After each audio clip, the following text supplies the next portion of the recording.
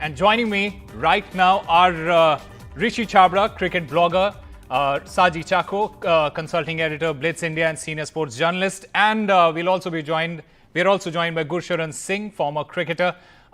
Gentlemen, before I start the discussion, I want to go through the statement that ICC put out after suspending Sri Lanka cricket, and they said that the ICC board met today and determined that Sri Lanka cricket is in serious breach of its obligation as a member, in particular the requirement to manage its affairs autonomously and ensure that there is no government interference in the governance, regulation and or administration of cricket in Sri Lanka. The conditions of the suspension will be decided by the ICC board in due course. Rishi Chabra, let me start by asking you, what does it mean for Sri Lanka cricket at this point? You know, it's unfortunate, Osama, given the way Sri Lanka's campaign ended in this World Cup. You know, they did not perform the way they were expected to perform. And then obviously the government sacking the entire board. You know, this is something new that has happened. And obviously with all the government interference, ICC had to come in as well. And now, you know, they've suspended Sri Lanka from any international cricket games. But I believe, you know, this won't last too long. The moment the Sri Lankan cricket board comes back with, you know, a panel, probably a managing committee, they should be back. And it's just something that is not going to take too long for them. And, you know, like I said, it's just a matter of few days or probably a month when the Sri Lankan cricket board is back with new members.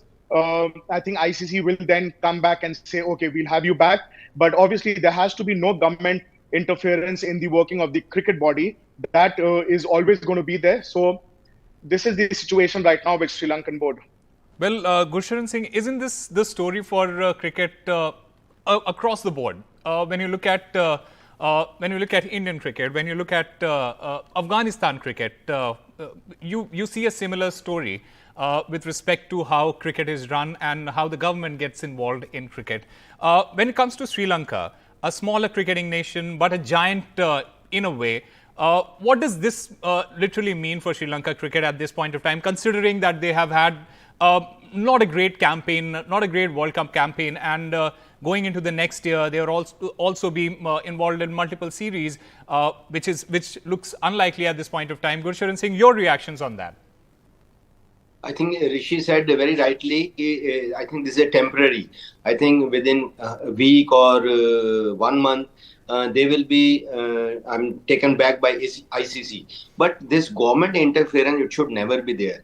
Cricket means only for cricket and cricketers. And the way the BCCI is running, that is really great.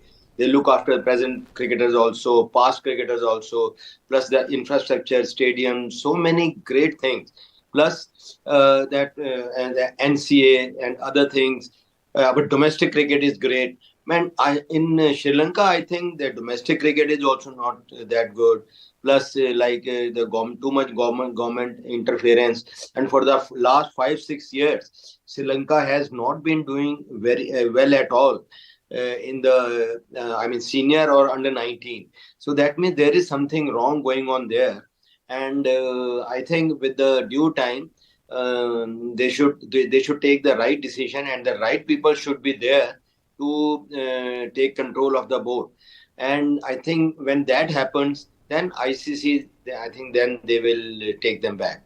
But it is not good. Sri Lanka, they were already not doing well. They were already in the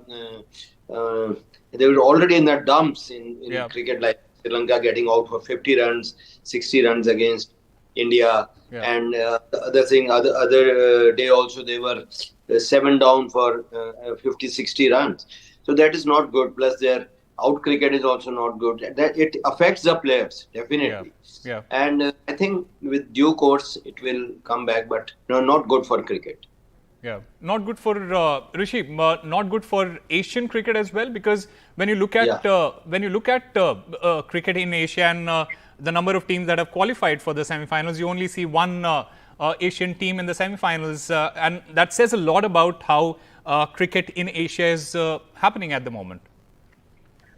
Absolutely. You know, I mean, if you look at Sri Lanka, if you look at India and Pakistan, the three cricketing giants when it comes to Asia. And in this World Cup, we only saw, Afghanistan doing well other than India. But also, you have to look at the domestic circuit, domestic cricket that is played in these Asian countries. How much are you investing in your domestic players? How much are you investing in your grassroots infrastructure? That actually, determines, and that actually shows the kind of performance that you put at international level. We've seen Indian board spending a lot of money when it comes to stadium, when it comes to nurturing young cricketers, and that is actually helping Team India, come up with players that can time and again perform at the highest level. We saw that up with Afghanistan as well. The exposure that these players, Afghanistan players, have at the international circuit. I'm not talking about international cricket, but like the playing franchisee cricket that they've been doing for so long. That has actually helped them. So the moment that starts happening with a country like Sri Lanka, I'm sure their performance will go up. And let's not forget, they were the Asian champions in the T20 format in 2022. Yeah. So it's not like they don't have good names, they don't have big names in cricket. It's just a matter of fact that they need to come together, have some support from the board, and start performing. Yeah, absolutely. And Rishi, do you also reckon that if at all the Asian Cricket Council decides to have more tri-nation or four-nation series involving Pakistan, India, Afghanistan and Sri Lanka, and maybe Bangladesh, do you think the level of cricket in these countries is going to grow? And how do you see that? And do you think it is going to happen at all? I have always said this, even on your show as well, Osama, that tri-nation series or, involving four countries in a series would be the way forward when it comes to ODI cricket. Yeah. Because a lot of people have been saying that, it's time to get rid of ODI cricket and just focus on T20, franchisee and test matches. But we saw that in the past, in the early 2000, late 90, there were series where 3 teams or 4 teams were coming together and playing a big series. And I think, with that happening in the Asian subcontinent would actually boost a lot of other teams as well. The likes of Afghanistan, Bangladesh, we saw didn't perform well, but they are a good team. They performed in the international stage. But having a series like this would actually help not just the teams, but the Asian Cricket Council to come up as a big board. And we used to have these Asian teams versus the rest of the world.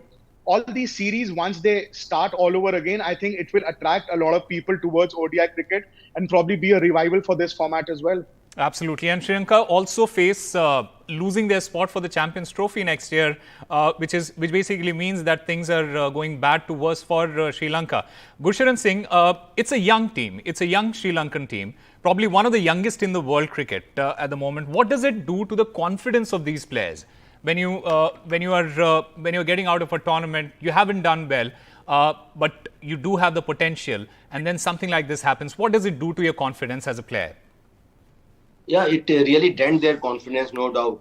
Like what Rishi said, that Sri Lanka won T20 2 years back. West Indies also won T20 in India. So I think any team who play well in 2-3 days, they can win a championship. They can win a T20 game.